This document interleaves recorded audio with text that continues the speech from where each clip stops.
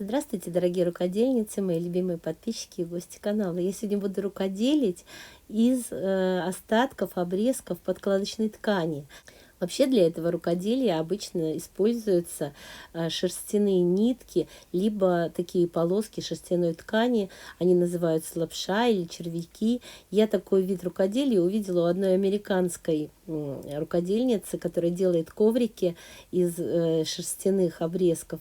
Но так как у меня нет шерстяных обрезков, а покупать специально ткань дорого, то я решила попробовать все то же самое сделать из остатков подкладочной ткани. Смотрите, значит, я взяла пяльца, мешковину, и вот просто вот эти полоски, которые я делаю, вот так вот кончик вытаскиваю, потом я его обрежу и подцепляю снизу вот эту полоску крючком, вытаскиваю петельку и через 2 нитки мешковин каждый раз вытаскиваю новую петельку.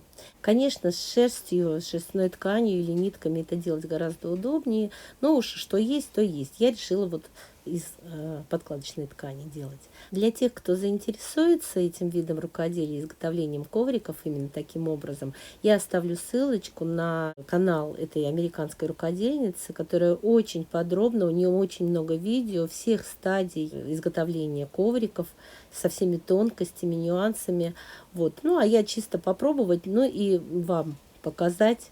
Так как я всегда показываю то, что я делаю, как правило, впервые, то у меня это, как всегда, эксперимент. Я сначала попробовала вот таким обычным крючком, потом я взяла крючок для поднятия петель, специально купила за 75, что ли, рублей. Ну, короче, неудобно мне этим крючком, вот эта штучка постоянно цепляется. И попробовала я и взяла опять обычный крючок. Потом я в результате купила еще один крючок с толстой ручкой, но обычный такой же, вот как у меня размер вот этого синенького крючочка. Вот такой у меня новый крючок. Им гораздо удобнее за счет того, что толстенькая ручка удобнее. Так как я все делаю впервые, то, соответственно, конечно, я совершила кучу ошибок. И, конечно, я вам о них расскажу. Моя первая ошибка это то, что я взяла мешковину очень рыхлую. Надо было брать, вот у меня была, смотрите, стоит как чугунный мост, 50 на 50, 150 рублей. Надо было брать вот такую вот пожестче и такую более лучшего качества, потому что это моя прямо совсем мягенькая и реденькая.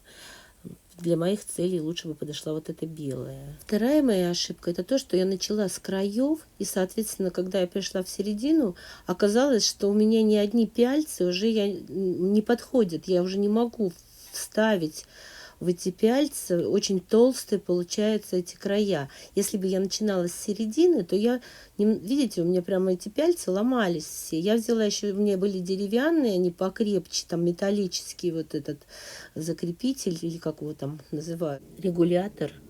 Но тоже не подошли, потому что здесь маленькое очень расстояние. В результате надо было начинать с центра. Тогда бы я потихоньку, вот по толстые края эти понемножечку прихватывала бы, но в результате бы у меня бы все получилось. Мне пришлось придумывать, как мне быть. Мне повезло, что несколько лет назад, когда я увлеклась рукоделием, мне подруга подарила вот такой вот станок для вышивания. Я им вообще ни разу не пользовалась, но в этот раз придется. Вот эти вот такие, они какие-то вот такие синтетические, очень крепкие полоски ткани по краям. Я к ним булавками прицеплю свою заготовку и натяну таким образом. Но так как мешковина очень рыхлая, то сначала я пришью по краям хлопковую ткань.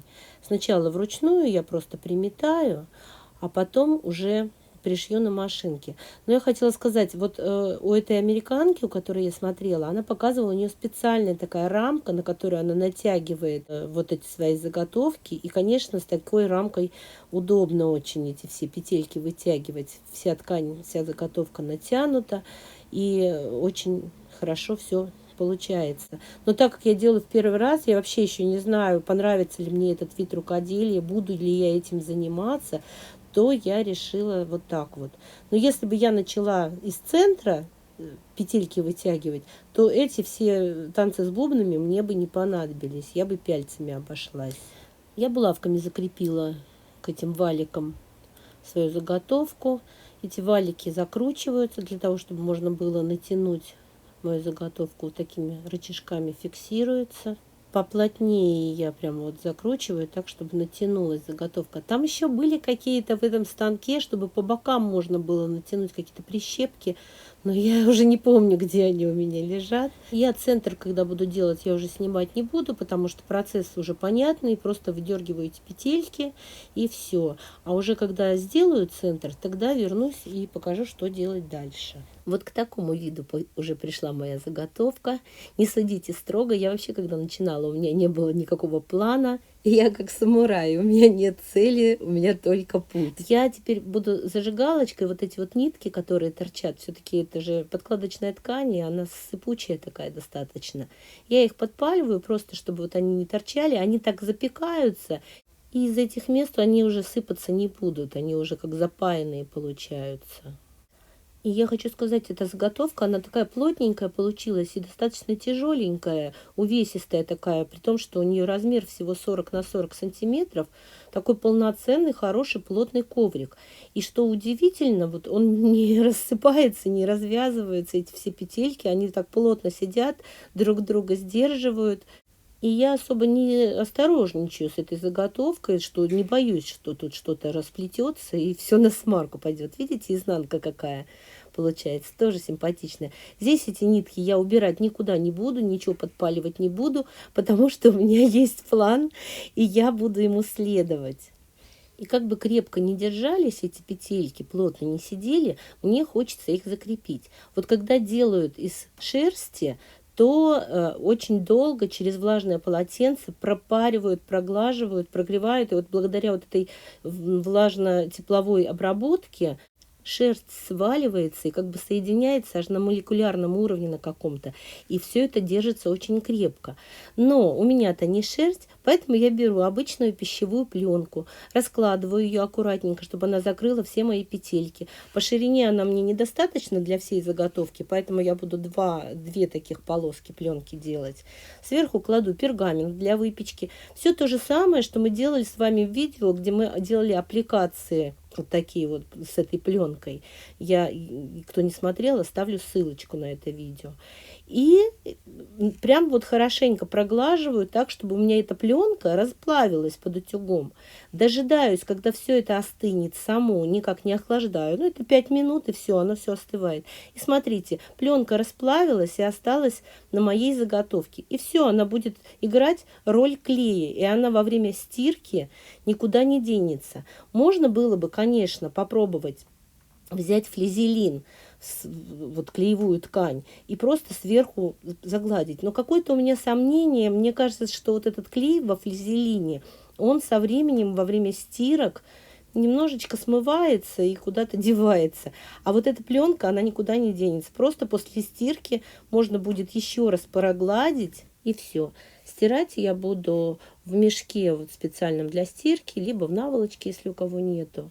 И я не собираюсь оставлять открытой заднюю часть. Я выкроила квадрат черной ткани. Я просто лицом к лицу складываю эту ткань и свою заготовку. И по периметру прошью, оставляя отверстие для выворачивания. Перед этим, конечно, я сколола булавками. Но сейчас я уже все прошила. Срезаю лишние припуски, они у меня огромные получились, но я там-то большие широкие полоски оставляла, чтобы закрепить на своем станке для вышивания. Уголочки срезаю перед выворачиванием и выворачиваю, расправляю углы. Я думаю, что благодаря вот этому способу с пищевой пленкой можно из любых тканей делать такие коврики, но кроме стрейчевых. Стрейч там не пойдет. Мне осталось зашить отверстие для выворачивания, я это буду делать вручную. И мой коврик готов. Посмотрите, какой получился. Конечно, тут еще нужно набить руку, чтобы петельки одинаковые получались. Кстати, полоски вот я в зависимости от плотности подкладочной ткани делала где-то 4-5 сантиметров по ширине. Крючок использовала 3,5 миллиметра. Вот этот квадратик я в самом начале, как только его сделала, я его прогладила с лица. Но на самом деле необходимости в этом не было. Ну, он у меня достаточно простенький, полосочки, квадратики, но это же первая проба пера. Но вот тут и криволинейные линии, любой рисунок можно сделать при наличии материалов подходящих по цвету, сочетания какие-то придумывать, можно тут развернуться, если честно. Такое поле для творчества достаточно большое получается. Если его прогладить с изнанки, то и вот эта черная ткань тоже прилипнет и будет вообще монолитный такой коврик. Но я это буду делать после стирки. Сейчас мне нет необходимости стирать, потому что он новенький, чистый. Если вам понравилось это видео, ставьте лайк, пишите комментарии. Конечно же, подписывайтесь на мой канал, если еще не подписаны. И большое спасибо всем, кто досмотрел до конца.